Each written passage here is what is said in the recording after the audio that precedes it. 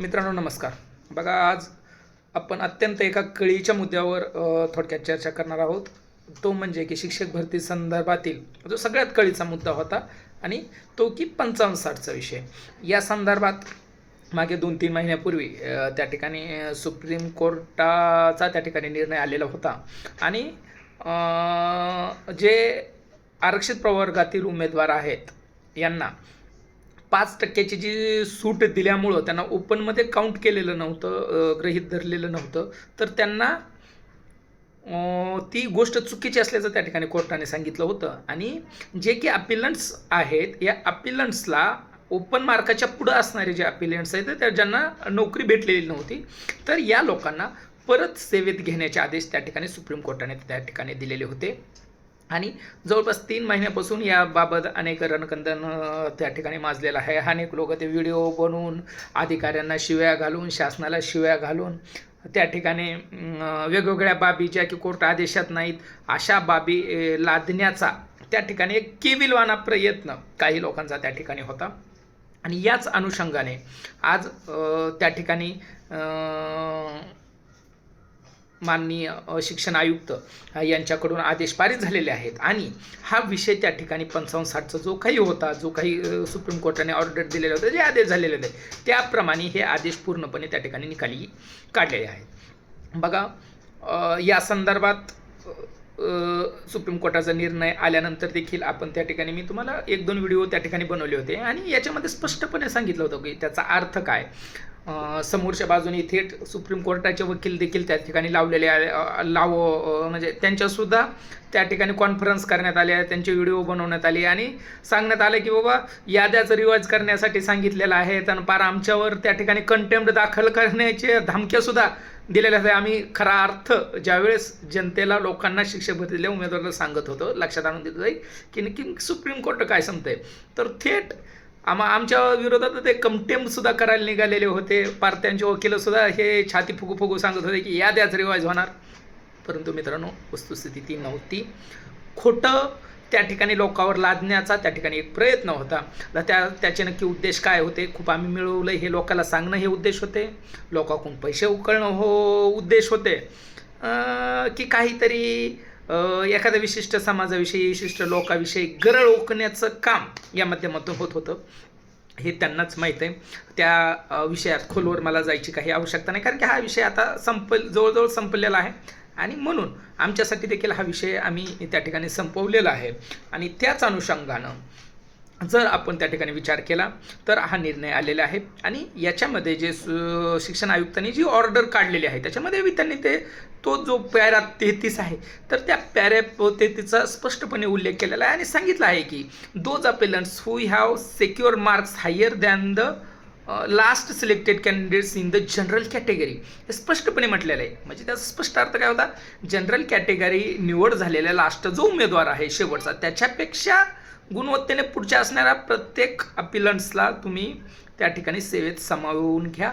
हा स्पष्ट आदेश असताना देखील त्या ठिकाणी चुकीच्या गोष्टी लोकांपुढे मांडण्यात होत्या आणि आम्ही त्याच वेळेस सांगितलं की हे बरोबर आहे, असं सुप्रीम कोर्टाने आदेश दिलेला आहे आणि यांना शासनाने घेतलं पाहिजे. वस्तुतः हे घ्यावं याच्यासाठी आम्ही देखील प्रयत्न केले, त्या ठिकाणी शासनाला निवेदन दिलं आणि त्याच्याशिवाय या लोकांना घ्या, परंतु याच्याशिवाय जे असे लोक आहेत की जे याचिकाकर्ते नव्हते अशा लोकांना देखील घेण्याची विनंती आम्ही त्या ठिकाणी शासन दरबारी केलेली होती. शासनाच्या काही महत्त्वपूर्ण अधिकाऱ्यांना देखील या संदर्भातील आम्ही चर्चा केली आणि त्यांना निवेदनही दिलं होतं आणि त्यांना स्पष्ट विनंती केलेली होती आणि आम्हाला पूर्ण सकारात्मकता दाखवली होती यांच्याविषयी देखील की बाबा यांना आम्ही घेऊ, यांनासुद्धा आपल्याला करता येईल, आपण करू त्याच्याबाबत बी, असं काही ठिकाणी आश्वासन देखील मिळालं होतं. परंतु या संदर्भातील जे याचिकाकर्त्यांच्या बाजूने काही बाजू मांडणारे काही विधिज्ञ होते, तत्त्वज्ञ होते, शिक्षण विचारवंत होते, जे की स्वतः मेरिटमध्ये येऊ देखील शकले नाही असे जे थोर विचारवंत होते, अशा काही लोकांनी आक्रमकपणे खूप अधिकाऱ्यांच्या विरोधात व्हिडिओ बनवणं असेल, त्यांना शिवीगाळ करणं असेल, समाज माध्यमावर काहीही बकणं असेल किंवा मागणी करताना सन्मान न करता कोर्टाचा असाच निर्णय, असंच आहे तसंच आहे, ही जी भाषा असते अधिकाऱ्याला योग्य सन्मान न देणं, अशा अनेक गोष्टी याच्यामध्ये घडल्या. कदाचित बरं का, मी दाव्यानं नाही म्हणू शकत, पण कदाचित या गोष्टीचा देखील त्या ठिकाणी नकारात्मक परिणाम होऊन त्या ठिकाणी कदाचित या बाकी जे की अपिलन्स नाहीत अशा लोकांचा विचार शासनामार्फत करण्यात आलेला नसेल. आता याच्यामध्ये थेट शिक्षण आयुक्तापासून ते मुख्यमंत्र्यापर्यंत पाठपुरावा झाला. मुख्यमंत्र्याच्या अध्यक्षतेखाली लास्टची मीटिंग झाली आणि त्याच्यानंतर फायनल हे झालं. आणि जर याच्यावरही कोणी दावा करत असेल की हे चुकीचं घडलंय आणि असा आदेश होता, तर हे खूप हास्यास्पद आहे. एकतर हे कुणाला तरी फसवणूक आहे की किंवा ते स्वतःच गणलेले आहेत, फसलेले आहेत किंवा लोकाला फसवण्याचा प्रयत्न आहे. आता मुख्यमंत्र्यांनी मीटिंग घेऊन हे फायनल डिसिजन सगळं काही समोर आलेलं आहे आणि त्यानुसार कारवाई झालेला आहे.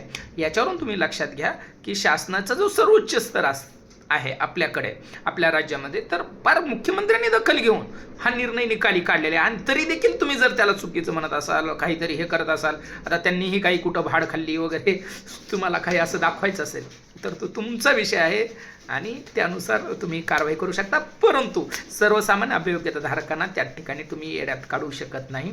दुसरी गोष्ट, आता जर हे केलं तर ही निर्णय लागू झाला फक्त 41 लोकांना. तर ज्याला उंदीर पोखरून डोंगर पोखरून उंदीर काढणे अशी जी मराठीतली म्हण ही लागू होते. इतका आरडाओरडा केला, हे केलं, ठीक आहे. ह्या 41 ज्या लोकांची निवड झाली त्यांचं देखील मनापासून अभिनंदन आहे आणि आपल्या सेवेमध्ये देखील त्यांचं अभिनंदन आहे. नक्की तुम्ही या चांगलं जॉब करा, काही हरकत नाही. कारण की जर कोणावर अन्याय असेल त्यांनी केलं पाहिजे, लढलं पाहिजे आणि त्यांनी आपल्यावर आपला अन्याय दूर होण्यासाठी प्रयत्न केले पाहिजे. आणि असा अन्याय दूर करणाऱ्या कोणालाही एक संघटना म्हणून अटल शिक्षक संघटनेचा कायम पाठिंबा असेल. तुम्हाला कोणत्याही बाबीवर मदत लागू द्या, जी आमच्याच्याने शक्य आहे ते आम्ही करू. आणि ते याच्यापूर्वीही तुम्ही अनुभव घेतलेला असेल की जो व्यक्ती आमच्यापर्यंत आला, आम्हाला त्याने काही मदत मागितली, सल्ला मागितला, अशा प्रत्येकाला आम्ही योग्य तो सल्ला त्या ठिकाणी दिलेला आहे आणि योग्य त्याप्रमाणे जी आमच्याच्याने शक्य आहे ती मदत आम्ही त्या ठिकाणी केलेली आहे आणि इथून पुढेही करत राहू. ते आमचं तत्व आम्ही कधी सोडणार नाही. तो कोणत्याही कॅटेगरीचा, समूहाचा, कोणताही मुलगा असो किंवा विद्यार्थी असो, आमचं काम आम्ही त्या ठिकाणी प्रामाणिक करतोय. त्याचबरोबर आता देखील जर खरंच विचार केला तर प्रत्येक कॅटेगरीचे 2-2, 5-5 देखील त्याच्यामध्ये मुलं नाहीत. परंतु याच्यानंतर ह्यात जे दिसतात हे 41 लोक आता आलेले, आता 2025च्या याद्यानंतर ह्याचा तोटा काही कॅटेगरीला खूप प्रकर्षाने जाणवेल. त्याच्यामध्ये विशेषतः NT प्रवर्गाचे जे आमचे बांधव आहेत, NT आणि OBC बांधवांना याचा सगळ्यात मोठा फटका तुम्हाला आता 2025च्या याद्याच्या नंतर समजेल की याच्यामध्ये किती मागासवर्गीयाला गंडवलं गेलं आहे. कारण की ह्या निर्णय झाल्यानंतर आता इथून पुढे आता 2025मध्ये शासनाने जाहीर केलं आहे की आता आम्ही 55-60 काही बघणार नाही, सगळ्याला ओपनमध्ये देणार आहोत आणि ओपनमध्ये तर आता हे लागणारच आहेत. ओके. परंतु आपल्याकडे जी भरती होते ही जिल्हानिहाय वेगवेगळी असते बघा. आणि त्याच्यामुळं काय होतं, ज्या वेळेस एकच भरती असते तर ओपनच्या खाली सगळे कॅटेगरीचे लागतात, परंतु जिल्हानिहाय भरती असल्यामुळं प्रत्येक जिल्ह्याची ओपनची आणि कॅटेगरीची असते. मग त्या जिल्ह्यातल्या ओपनच्या खाली कॅटेगरीचा जातो आणि असं जे वेगवेगळ्या पातळीवर हे सिलेक्शन होतं त्याच्यामुळं काय होतं तर ओपनचं आणि कॅटेगरीचं मेरिट थोडंफार समांतर चालतं.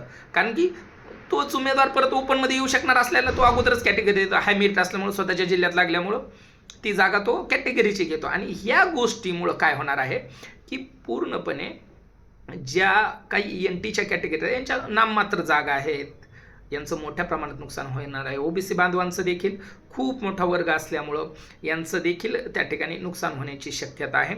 जरी हे 10-20 लोक कमी त्यावेळेस 55 ते 60 दरम्यान अडकलेले असले, हे 41 लोक होते ते अडकले, परंतु प्रत्यक्षात ओपनमध्ये यांच्यापेक्षा गेलेले ह्या प्रत्येक कॅटेगरीचे विचार करा तुम्ही. जवळपास 10,000 जागांचं त्या ठिकाणी शासनाने पहिल्या टप्प्यानंतर जाहीर केलेलं होतं. याच्यामध्ये 10,000पेक्षा मला वाटतं 11,300ची काहीतरी ती लिस्ट होती. त्याच्यामध्ये फक्त 1,089 ओपनचे उमेदवार होते, बाकी सगळे आरक्षित प्रवर्गाचेच होते. आणि ही वस्तुस्थिती मित्रांनो, 10% सुद्धा ओपनच्या जागेला, ओपनमधल्या जागा तरी देखील आलेल्या नव्हत्या त्यावेळेस. आणि यावेळेस काय होणार आहे तर यावेळेस सुद्धा विविध पातळीवर आपल्या भरत्या असल्यामुळं त्या ठिकाणी ॲक्च्युली ओपनचे जिथं निवडायचे तिथं निवडले जाणार आहेत, पण ओपनचं मेरिट जे वरती राहणार आहे आणि कॅटेगरीच्या जागा त्या जिल्ह्यातल्या अगोदरच संपणार आहेत. ही वस्तुस्थिती आत्ता बी आहे. आणि त्याच्यामुळं काय होणार आहे की जे शेवटचे 4 मार्काने मेरिट खाली आलं होतं आणि ह्या 4 मार्काने किंवा 2 मार्काने मेरिट खाली आल्यामुळे ओपनचं त्या ठिकाणी इतर जे बांधव NT प्रवर्गातल्या जागा नसल्यामुळे तिथं लागत होते ओपनच्या जागेवर, ते आता या भरतीमध्ये लागणार नाहीत आणि ह्याचा परिणाम हा नक्की पुढच्या भरतीवर दिसून येईल. तर ठीक आहे, ज्याला ज्या पद्धतीने जसा विचार करायचा आहे तो तशा पद्धतीने करतो, लढतो. नक्कीच आपण देखील या भरती प्रक्रियेसाठी या 41 मुलांना अटल शिक्षक संघटनेमार्फत आपल्याला मनपूर्वक शुभेच्छा आहेत. नक्कीच इथून पुढे देखील तुम्हाला काय तुम्हालाच नाही, शिक्षक भरतीतल्या कोणत्याही व्यक्तीला काही मदत सहकार्य लागलं तर नक्की अटल शिक्षक संघटनेच्या मार्फत आपल्याला केलं जाईल, हे बिनदखतपणे मी आपल्या सगळ्यासमोर मांडतो.